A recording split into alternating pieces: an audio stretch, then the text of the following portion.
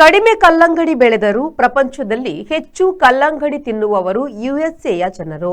ನಿತ್ಯ ಪ್ರತಿಯೊಬ್ಬರು 2 ಕಿಲೋದಷ್ಟು ಕಲ್ಲಂಗಡಿ ತಿನ್ನುತ್ತಾರೆ. ಭಾರತದಲ್ಲಿ ಪ್ರತಿ ವರ್ಷ 25 ಲಕ್ಷ ಟನ್ ಕಲ್ಲಂಗಡಿ ಬೆಳೆಯುತ್ತಾರೆ. ಅತಿ ಹೆಚ್ಚು ಕಲ್ಲಂಗಡಿ ಬೆಳೆಯುವ ರಾಜ್ಯ Andhra Pradesh.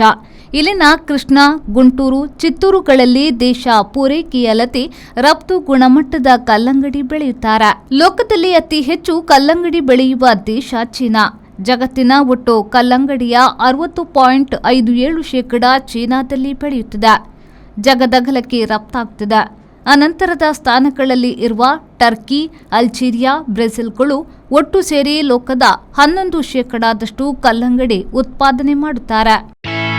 Ideal ice cream, milky way to your heart.